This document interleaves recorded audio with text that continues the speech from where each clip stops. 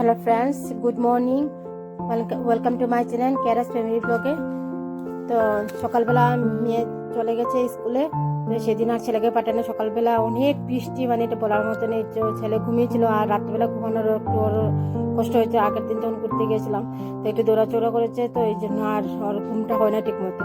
তো দেখো সকাল হতে না হতে 8:30 বাজে, চার কাপটা নিয়েছে আর সঙ্গে সঙ্গে ওরা এসে গেছে। ওরা কে এসছে তোমরা দেখে বুঝে নাও। কেন তোমরা বুঝতে পেরেছো, 1 বছর আমি তোমাদের ব্লগ দিতে পারি নাই।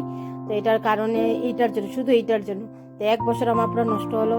আমি এই নেটের জন্য আমি কিছুতে এই বছর যা হোক আমার আশাটা পূর্ণ করেছে আমার বর, তোমাদের দাদাভাই। আর আমার কাজটা যাতে তোমাদের এখন আর চেষ্টা করবো, কথা দিচ্ছি না, চেষ্টা করবো প্রত্যেকদিন নেবো, প্রত্যেকদিন দেওয়ার জন্য। এই বাচ্চা করে তোমরা বুঝতে পারো, দুজন ছেলে মেয়ে দুজনকে, বরকে সব কিছু রেডি করে আমি একা হাতে সব কিছু করে আমি যে তোমাদেরকে ব্লগ প্রতিদিন দিতে পারবো তাই বলছি না। হ্যাঁ, চেষ্টা অবশ্যই করবো। তো দেখো প্রত্যেক দিনের মতো প্রচুর বৃষ্টি, প্রত্যেকদিনের মধ্যে একটা আম দেখাই আমার কাছে সামনে, কিন্তু একটা এখনো মুখে দিতে পারছি না। বালুটিকে সব আমার ঘরে না, পাশে ঘরে, মানে ওরা তো কেউ নাই, একজনই ছেলে মানুষ থাকে। তো যাই হোক, এটা সব দেখবে একদম মানে মাংকির দল আছে, এখানে অনেক বানর আছে। বানরের জন্য ওরাই খেয়ে যায়। বাস বিচিটা, আমের আটিটা আমার ঘরের দুয়ারের সামনে ফেলে যায়। বাস এইটাই প্রত্যেকদিন উঠে পরিষ্কার করা, ঝাড়ু দেওয়া। আর আমার শাশুড়ি মা এই কাজটা সকালবেলা করে না, আর দুপুরবেলা এসে আমার বোন, যেহেতু আমি বড় বালতি টুলটি টানি না, ঝাড়ু টাড়ু দিই না, এই জন্য ওরাই করে। এই হলো কথা।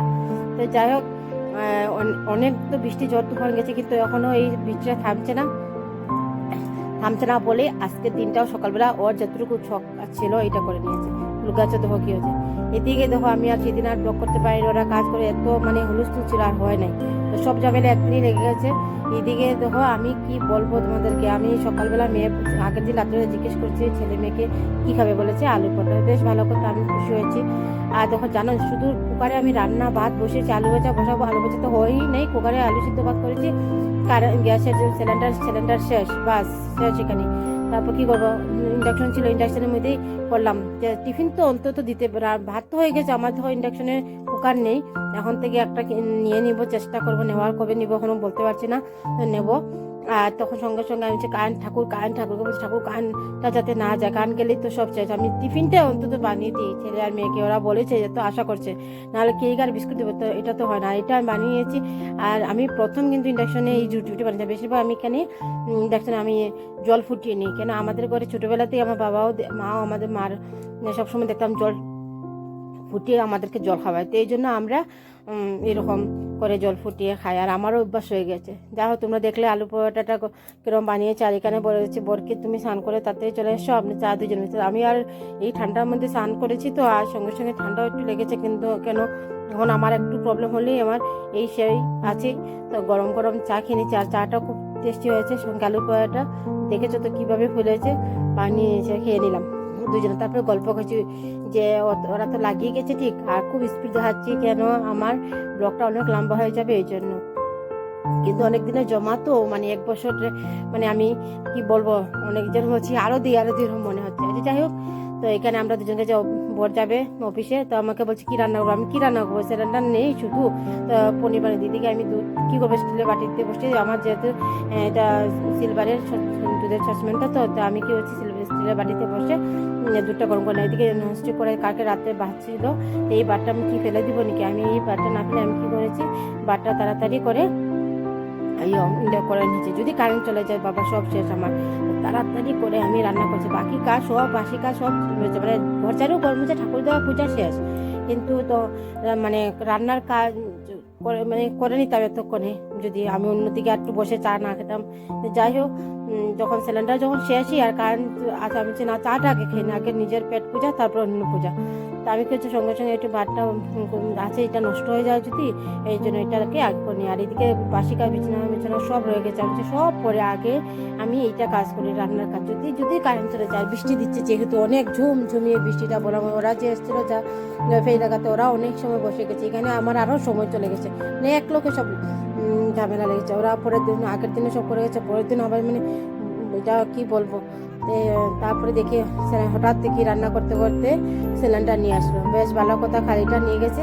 বাস আমার মনের খুশি, আনন্দের ঠিকানা নেই। বা সঙ্গে সঙ্গে জলে আসলো, জল আসতে যখন তাতে জল, বৃষ্টিও কার তুফান হোক আর ঝড় বৃষ্টি হোক, বিছানা থেকে উঠেছি, ওঠা মাত্রই আমার কাপড় কাচা থাকবে, এটা তোমরা সবাই জানো, এটা আমার মাস্ট।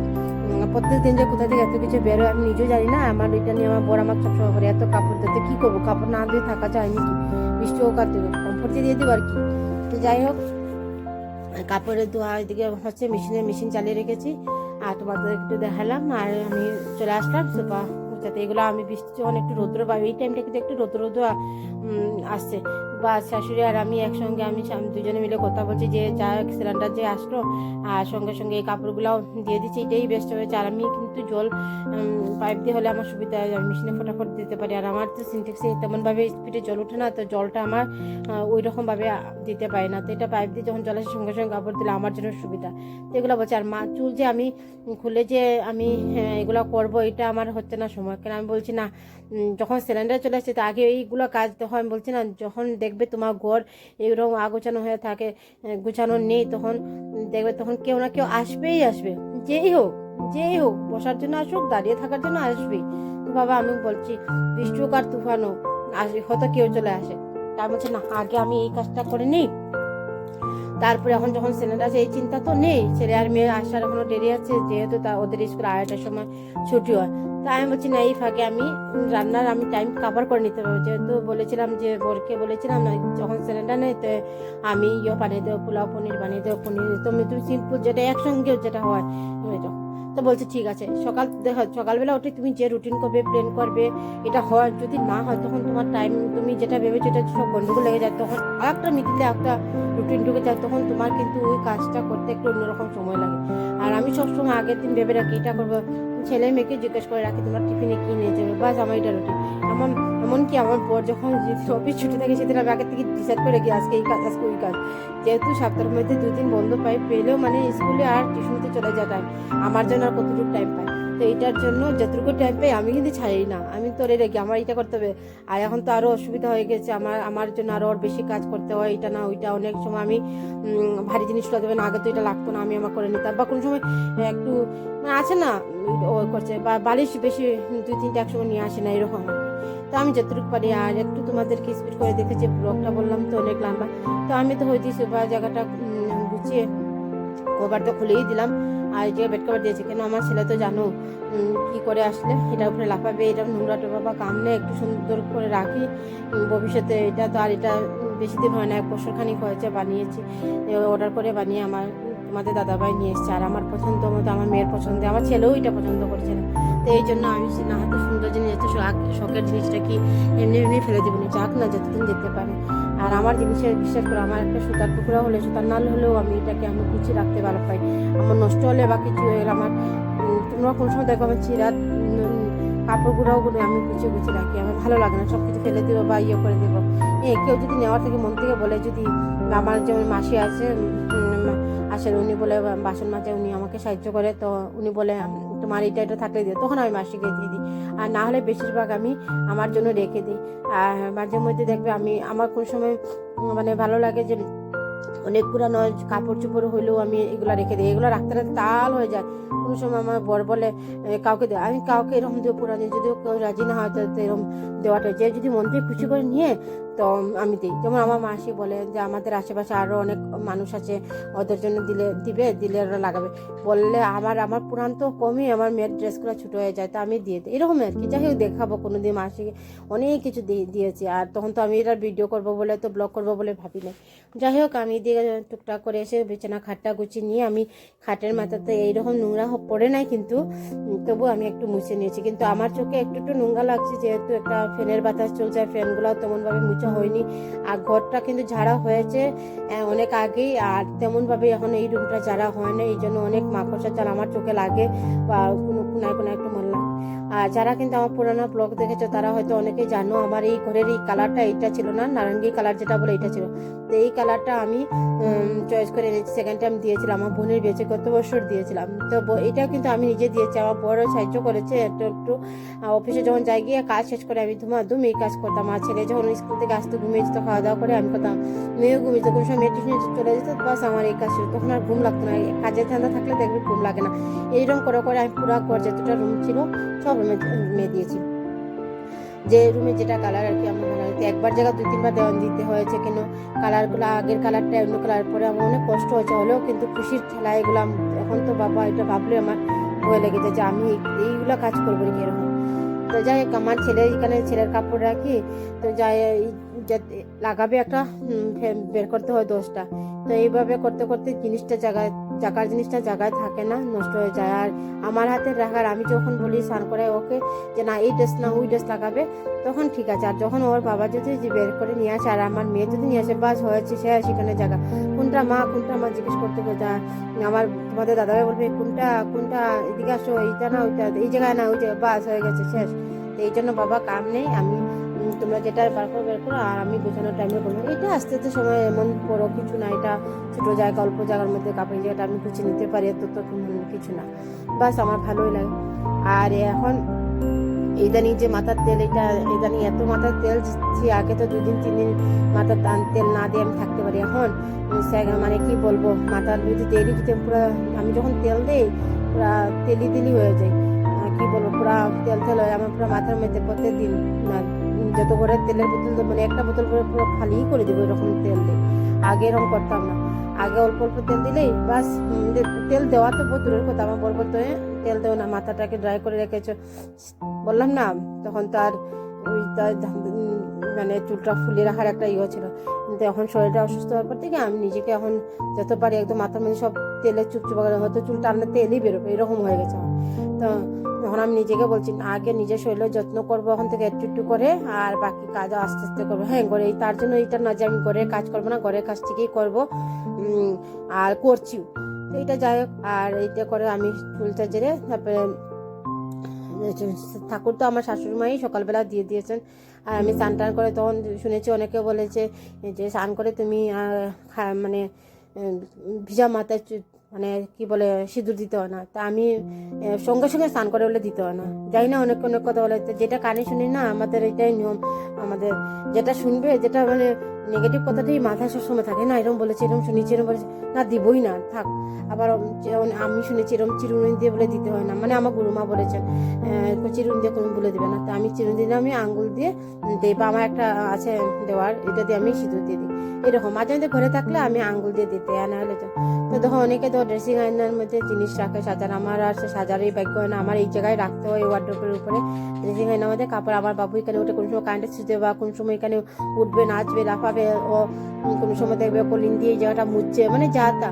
আমার এই মানে ভাগ্যটা নেই যে ড্রেসিং আয়না সাজিয়ে। হ্যাঁ, বিয়ের পর খুব সুন্দর, বিয়ের আগেও মার করে এরকম রেখেছিলাম, আর বিয়ের পরেও রেখেছি, কিন্তু বাবু জন্মের পর এটা করে, কিন্তু আমার মেয়ে এগুলো কিছু করেনি, সুন্দর করে রেখেছি। আমার বাবা বলতো বুঝবে যখন বড় মেয়ে জন্ম হয়েছিল সবগুলা, কিন্তু বিশ্বাস করো আমার বড় মেয়ে যখন এই জিনিসগুলো সাজিয়ে রাখতাম ড্রেসিং, তো একটাও ধরতো না, বা মা ধরে না বলে, বাবাই ধরে না বলে শুনতো, কিন্তু ছেলেকে যে ধরে বলো আগে এটা ধরবে, এটা দেখবে, এটা কি আছে, এটাই। তো যাই হোক, এটাও একটা ছোটবেলায় তো করবে, কিন্তু একটাই কথা, বিপদ না কোনো সময় দেখবে এইসব থেকে ধরবে বা খেয়ে নিবে। কিন্তু আমার ছেলে আর মেয়ের দুটোটা কোনো সময় ছোটবেলা যে বাচ্চারা এরকম মুখে দিয়ে কিছু জিনিস, কিন্তু ওরা এরকম করে নেই, ওই দিকে আমি বেঁচে গেছি। তো ঠিক আছে বন্ধুরা, আমি দেখলে তো আমি সকালবেলা যেটুকু পেরেছি মেয়েকে ছেলেকে টিফিন দিয়ে এই সিলিন্ডার নিয়ে তো প্রবলেম ঝামেলা একসঙ্গে সব লেগে গেছিলো, মানে তুমি সময় পাচ্ছিলাম না এরকম একটু সময়ের জন্য। তারপরে বলছি না, একটু সময় মধ্যে সময় নিতে হবে, আমি একটু সময় বসে রেস্ট চিন্তা করবো কোন দিক দিয়ে শুরু করবো, কোন দিক দিয়ে, যেটা আমার তাড়াতাড়ি হয়ে যায়, এরকম করে আমি কাজটা করি। আর দেখবে রুটিনটা তুমি একরকম বানানো আর হয়েছে যদি আর এরকম জানি না কার সঙ্গে হয়, এটা সব দিন হয় না, আজকের দিনটা হয়েছে। আর এরকম কোনোদিন আমার সিলিন্ডারের শেষ না, সবসময় দুটো থাকে। আর সেদিন আর আমার হাজবেন্ড আর সিলিন্ডার বুক করতে ভুলে গেছে, কি মাথাতে নেই, শাশুড়ি মা কখন লাগিয়ে নিয়েছেন, আর মাথাতেই নেই যে সিলিন্ডার খালি হয়েছে। আগে তো আমি একটা বলতাম, দুজনে পাক করে থাকতাম, রান্নাঘরে থাকতাম, বলতাম, দেখতাম এটা হয়েছে ওইটা, তখন তো শাশুড়ি মার হাতেই ওনার হাতে যখন এটা ওটা করছে, তখন আর মাথাতে নেই, আর উনিও বলেন নেই, যাক একটু কষ্ট করে নিলাম, একটু সময়ের জন্য ভালোই লেগেছে, একটু খুশি লেগেছে, আনন্দ লেগেছে, কাজের চাপটাও কম, এমনি তো কম, আরও কম রান্না। কিন্তু দেখলাম আমি এই জায়গার ওয়ার্ডরোবটা গুছিয়ে দেখলাম, ড্রেসিং আয়নার জায়গাটাও কিরকম লাগছে, তারপরে এদিকে তোমার আলনাটাও কিরকম হচ্ছে, না একটু ওই জায়গাটাও গুছিয়ে নিই। আর কাপড় তো তেমন একটা নেই, বেশিরভাগই ভিজা মেশিনে দিয়ে দিয়েছি, এটা কি বলবো তোমার, জল তো এরকমই আসে না, ঝড় তুফান হলে কিছু বৃষ্টি জলে জল, কিন্তু নদীতে জলে ভর্তি, মেশিনটাই জলে ডুবে দিচ্ছে। আবার কোনো সময় দেখবে পাম্প কি বলে জলের পাম্প গুলা ভেঙে ফেটে গেছে, এইগুলো থাকেই থাকে। তো যাই হোক, জল দেওয়ার যদি রাতে 9টা 9:30, কোনো সময় দেখবে দিচ্ছে তো অল্প দিচ্ছে, তো অল্পই কাপড় আছে বেশিরভাগ। আর এদিকে বাড়ির দিকে দেখছি রোদ্র একটু উঠেছে, যখন আসছে যখন একটু সময় হাওয়াও দিচ্ছে, আর আমি পাচ্ছি না তাড়াতাড়ি এদিকে শেষ করে।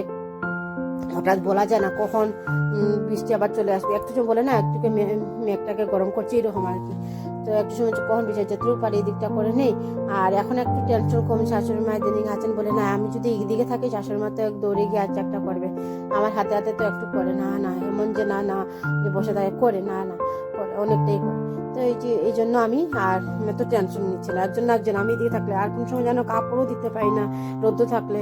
আমাদের এখানে তো বানর কি বলবো, ওদের জন্য মানে তুমি নিজে শ্বাস ফেলতে পারবে না, আর ওরাও তোমার শ্বাস। আমার জানো বললাম যে আমার গামছাটা নিয়ে গেছে গিয়ে, আর আমার শাশুড়ি মার ব্লাউজ ছিঁড়ে দিয়েছে, তো এইটাই চলছে আর কি ওদের জন্য। এই যে আমার গোছানোর পর রুমটা কিরম লাগছে বন্ধুরা, আমার ছোটো মতো একটা কোয়ার্টার বন্ধুরা এরকম গুছিয়ে রাখতে পারে না সুন্দর করে। আর যদি সুন্দর করে এদিক সুন্দর করলে ওই দিক নষ্ট, ওই দিক সুন্দর করে কতদিন গুছিয়ে জোড়াতালি দিবে। রান্নাঘরটা যা তা বৃষ্টি অবস্থা, তাও আমরা ঠিক করেছি বলে, তাও নিজে কত ঠিক। যখন আসে আমি বলি না এখন আসলে আর হবে না, এখন এই টাইমে যদি আমি আসে তখন আমি আগে একরকম বাবুকে আমি এই ধুলাবালু লাগবে সিমেন্টের, যদি ওর কষ্ট, এই জন্য আমি বলি না, এই ঘরে বাচ্চার ঘরে পারা যায় না। তো এই জন্য আমি মন্দিরে যারা এখন আসে যদি আমি নাই করি, তো যাক ওই ভিতরের রুমটা গুছিয়ে নিয়েছি, বেডরুমটা গুছিয়ে এখন চলে আসলাম লিভিং রুমে।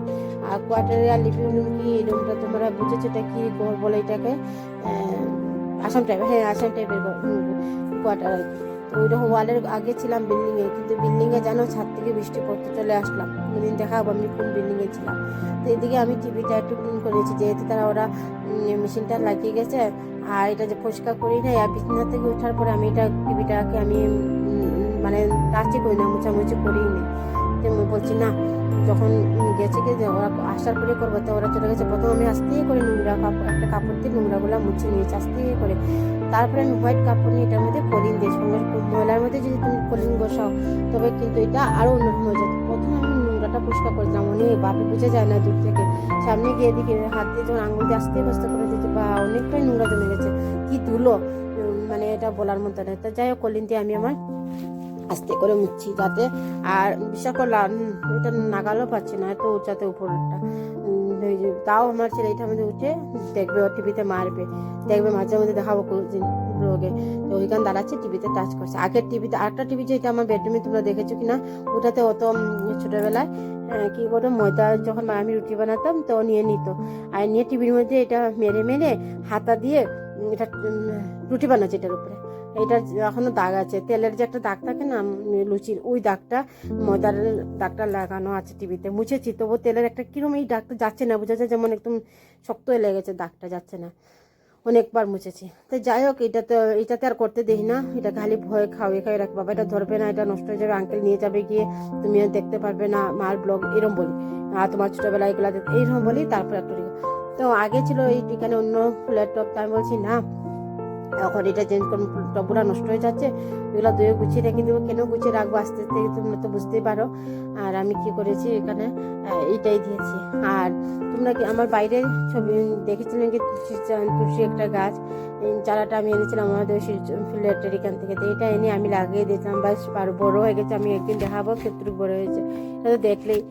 এইদিকে আমি এইদিক শেষ করে তারপরে চলে আসলাম সকালের বেলা। দেখবে একটা জিনিস, আমার সকালের গ্লাস নিই, দেখাবো তোমাদেরকে, গ্লাস নিয়ে একটা গ্লাস এক সাইড ভাঙা, কেন কিরকম বল খেলতে গেছে, আমার শাশুড়ি আমার ছেলে বল খেলতে হতো, ওরা সকালের গ্লাস ভেঙে দিয়েছে অনেক আগে, অনেক এটা লাগানো হয় না, আর লাগাবোই না এখন, আর লাগানোর ইচ্ছেই নেই, এখন থাকে যেরকম আছে এরকম থাকো, ছেলে বড় হোক বাবা, তারপরে সব কিছু যখন ও বুঝবে, এখন তো বুঝি থাকতো, তবে আর ভাঙতো না, বুঝিয়ে দিতে করতে ভাঙতে না, তার আমি কী করবো। এদিকে আমি কী করলাম, এদিক টিভির কাজ এদিক পরিষ্কার করে শোকেসটা করে, এদিকে আবার দেখছি গিয়ে জল কতটুকু আছে কি আছে, মেশিনেও আবার জোকে রয়েছে কাপড়গুলো টুকটাক মানে ধুয়ে দিচ্ছি।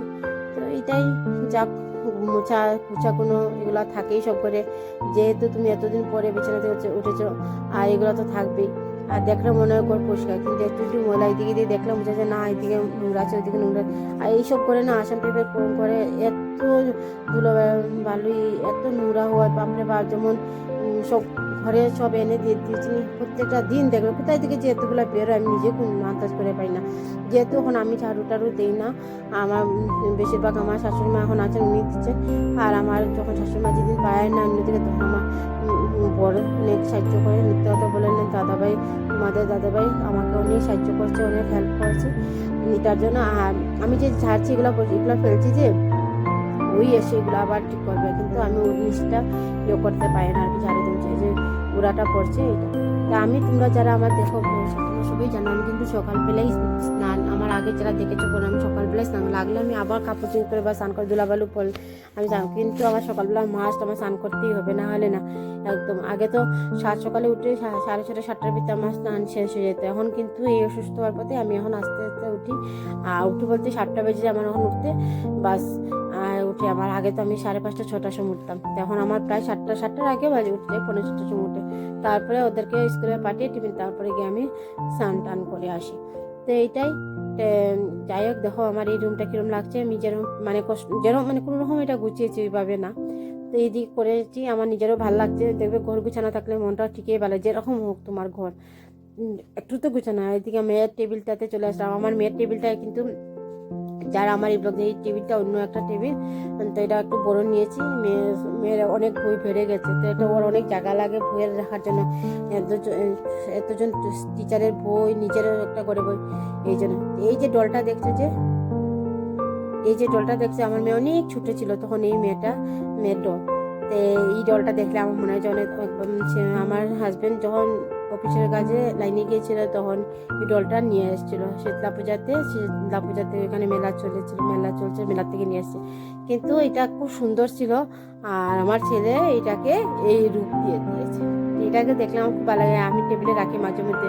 তা আমার বর বলছে এটাকে একদিন ভালো থেকে ধুয়ে এটা রেখে দেবো গুছিয়ে যত্ন করে শোকেজের ভিতরে, তাকে ভালো লাগে। এটা মনে পড়ে না ছোটোবেলা, এটা আমার মেয়ে যখন বড়ো হবে দেখবে, এখন হয়তো দেখছে আটটু বড়ো হবে যখন, তখন এসে দেখে তখন ওরা আটটু ভালো লাগবে যে মা বাবা আমার জিনিসগুলো গুছিয়ে, যেগুলো পুরোনো জিনিস যে সবগুলো যে ফেলে দিব তা তো হয় না। আমি বেশিরভাগ জিনিস গুছিয়ে রাখি, এই করতে করতে দেখবে আমার এখানে ক্যারি ব্যাগ হয়ে যায়, পুটলি সব। তো এইদিকে আমি আমার শাশুড়ি মায়ের দরজার সামনে দাঁড়িয়ে দেখছেন যে বানর দোল আছে নাকি, আর এদিকে দেখছে আর কি কাপড়টা শুকাবে নাকি, বা সেগুলাই করছি। তা উনি বলছেন দেখছেন আরে বউতে তো কাম সেগুলো করছে, রান্না কখন করবে মনে মনে ভাবছে হতো। উনি কিন্তু রান্নাতে সকালবেলা ঢুকলে আর বিকালবেলা বেরোন, মানে কি যে করেন উনিই জানেন, সারাক্ষণ উনি রান্নাঘর থাকেন। তা আমি তো এদিক করছি, উনি একবার আমাকে দেখে একবার এদিকে দেখে কি যে বল। তো এখন ভাবতে পারো হয়তো উনি আমাদের সঙ্গে না, উনি বাড়িতে থাকেন আর কি, আমার শ্বশুর। তো এই যে আমার মেয়ের বই অনলাইন থেকে নিচ্ছে, যে ওর কি যে শখ উঠেছে বই আনে, আর এগুলো ডিটেকটিভ ডায়েরি। আর আরো কদিন আগে কি এনেছিল বাপরে বাপ, ভূতের বই, নামটা ঠিক মনে আসছে না, দেখবো কোন ভূতের কোন গল্প কতটুকু পড়ছে আমি জানি না। আর গল্পগুলো পড়ে কি যে লাভ হলো আমি কিছু বুঝলাম না, ভূতের বই। যাই হোক অনলাইন থেকে এনেছে, শখ যখন উঠেছে বই নিয়ে। আর ও অন্য কিছুর থেকে বই আর পেন আনলে ও খুব বেশি খুশি হয়। তা আমি এদিকটা শেষ করেছি, আর এটা পেন্সিল দিয়ে যা আপনার আমার ছেলেটা মেয়েরও খুশি দিয়েছে, সঙ্গে এই পুতুল ডলটাও রেখে দিলাম, যা ভালো লাগে দেখতে। টেবিলটা ভালো থেকে আমি মুছে নিয়েছি কলিন দিয়ে মুছে নিয়ে তারপরে এখন বাকি রয়েছে ছেলের টেবিলটা গুছাই নেই। আমি বলছি ছেলের টেবিলে বই কানে সব বেশিরভাগ, কেন ওরা কাজ করেছে, এখন যে পড়তে যাচ্ছে দেখা মনে হচ্ছে না আমি পড়তে যাচ্ছি, ঠিকই বলছো বই ওদের কি মাথার ব্যথা তো আমাদের পড়তে যাচ্ছি, কিন্তু এখন আমি বলতেই পারি না আমার ছেলের বই কোনটা কি, এখনো ভালো বইটা আমি ধরে দেখি নাই। তো ঠিক আছে আস্তে আস্তে শুরু করবো পড়ানো, আস্তে আস্তে দেখবো।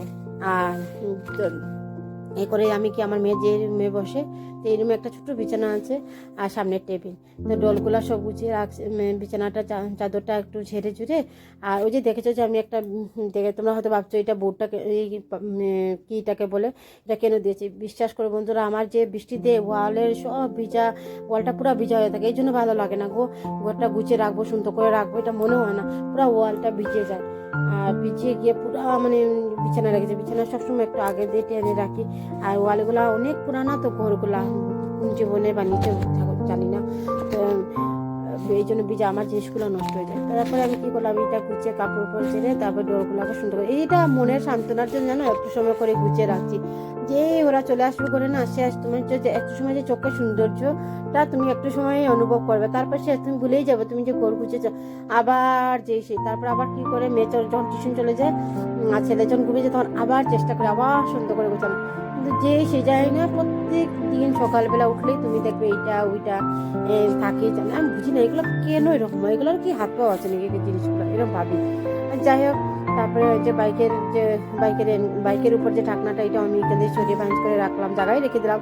এটা অন্য জায়গায় রাখলে আবার ওই যে এখানে রেখে দিচ্ছি, এখানে অন্য জায়গায় রাখলে আমার বড় আবার খুঁজে পাবে না, বাইক ভিজবে, এমনি বাইরে থাকে আরও বৃষ্টি ভিজে শেষ হবে। তো এই দেখো বলতে বলতে কিন্তু বৃষ্টি চলে আসে, এগুলা আমার শাশুড়ি মা আর আমি মিলে উঠিয়ে দিয়েছি। তারপর শাশুড়ি মা কী করছিলেন ঠিক আমার মনে নেই, তো উনি একটু বাজারে গিয়েছিলেন একটু ওষুধ আনতে। এই ফাঁকে আমি মনের মতো করে নিজের মতো একাই চা বানিয়ে খেয়ে নিয়েছি, আর আমার মার ফোন এসছে, আমি ফোনে কথা বলছি। আর এই কথা বলতে বলতে অনেক সময় পেরিয়ে গেছে। তো মাকে বলছি, মা আজকে রান্নায় তেমন একটা ঝামেলা থাকলেও বা কি বলছে কথা বলি, অন্য একদিন ফ্রিভাবে কথা বলতে পারি না, কত রকম কথা থাকে। আর আমি যে বিছানা ছিলাম আমার মা খুব খুব কেঁদেছে, মার কথা এগুলো মা এগুলোই বলছে যে আমি যেগুলো করি কিরম করি বুঝতে পারিনি, মার বিশ্বাস হয় না। মা দেখেছে ভিডিও কল করে, তবুও কিন্তু মার বিশ্বাস হয় না। বলে আবার আমি কোথাও ঘুরতে গেলে তুমি তো গাড়ি চড়ছো কেন, এগুলো বলতে থাকে। আমি না মা, বিছানা যখন ছিলাম আমি বুঝতে পেরেছি যে আমি কতটা অসুস্থ আর সুস্থ, এখন নিজেকে আমি এনজয় করে থাকতে চাই। যে আমি বিছানা যখন ছিলাম আমার একটা দিন যায় না যে আমার চোখের জল আসে নাই। যাক, তোমাদেরকে প্রত্যেক ব্লগে এটাই বলতে থাকি না, আর বলবো না। আমি শরীর সুস্থ হয়ে গেলে তার ধরেই বলবো, কিন্তু এটাই বলি আর কি, নিজেরও খুশি লাগে যে ঠিকই সত্যি আমার শরীরটা সুস্থ হয়েছে, আমি করতে পারছি। এটাই চা খাচ্ছি, অনেক সময় চা কিছু দিয়ে খাচ্ছি না, এটা কিন্তু চা থার্ড টাইম বলবো। সকালবেলা আমি লিকার চা খাই, এরপরে এটা একটু খেয়ে নিলাম, ঠান্ডাতে না অনেক কাজ করেছি, মনে এনার্জি সেই খেতে খেতে আমার বড় চলে আসছে। তো বলছে আর কি আজকে অফিসে তাতে চলে আসছে নেট নি। তো বলছে ঠিক আছে, রান্না তো হয় না, ঠিক আছে তুমি যখন আছো গল্প করে করে দুজনে বানিয়ে নিই। তা আমি ফার্স্টে ভেবেছিলাম কুকারে একবার ভেজে নিতে, কিনা কড়াইতে আজকে আমি যখন এরকম বানিয়েছি ফটাফট, আর একটু দেরি তো হয়েছে আর একটু সিম্পল, তাই আমি বলছি না আগে কড়াইতে একটু ভেজে নিই। তো একটু নুন চিনি আর একটু আমি কিছু নামটি ঘির মধ্যে একটু তেল দিয়ে ঘি আর একটু হালকা রিফাইন অয়েল দিয়ে আর একটা হলুদ দিয়ে ভেজে নিয়েছি। তারপর দেখো এখানে আমি কি করেছি, টক বানিয়েছি। যে গাছটাতে কি আম পড়েছিল ওইখান থেকে আম নিয়ে এসেছিল আমার শাশুড়ি মা, আম দিয়ে আর আনারস ছিল, আনারসটা বলতে ভুলে গেছি, আগের দিন গেছিলাম আমার দিদি এনেছিল, ওই শিলচরে এটা নিয়ে গেছে, আবার এখান থেকে নিয়েছি, এটা বানিয়ে টক বানিয়েছে।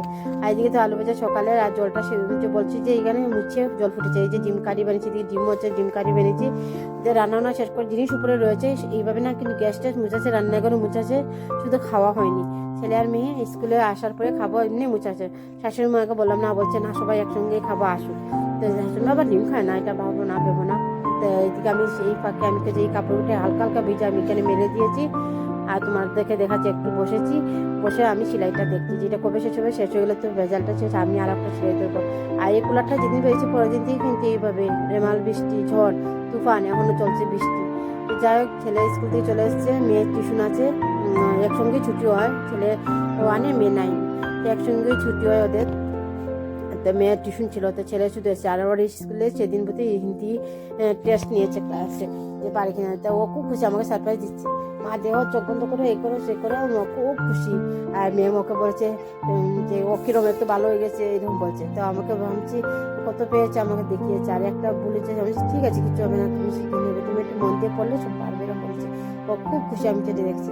আর আমারও ভালো লাগছে যে বইগুলো দেখতে পাচ্ছি, আমি বলছি বেস্ট অফ লাক, খুব সুন্দর একদম বলছি, ও খুব খুশি। তো যাই হোক বন্ধুরা, এই পর্যন্ত যারা আমার ভিডিও দেখছে, ভালো লেগেছে প্লিজ একটা লাইক করে দিও, আর যদি ভালো লেগে থাকে সাবস্ক্রাইব করে পাশে থেকো। যারা এখন পর্যন্ত যারা সাবস্ক্রাইব করেছে তোমাদেরকে সবাইকে অসংখ্য ধন্যবাদ। আর যারা করেনি প্লিজ সাবস্ক্রাইব করে নিও, আর সাবস্ক্রাইব করে পাশে থেকো। আর আজকে কোন জায়গাটা তোমাদের অনেক ভালো লেগেছে প্লিজ কমেন্ট করে জানিও। আর এরপরে তো ছেলেকে স্নান করিয়ে যাওয়ার জন্য খাওয়াটা নিয়ে নিলাম, আর এই যে দেখে চোখে নিলাম, রান্না করলাম, এটা কাটিয়েছি। আজকের জন্য টাটা, বাই বাই।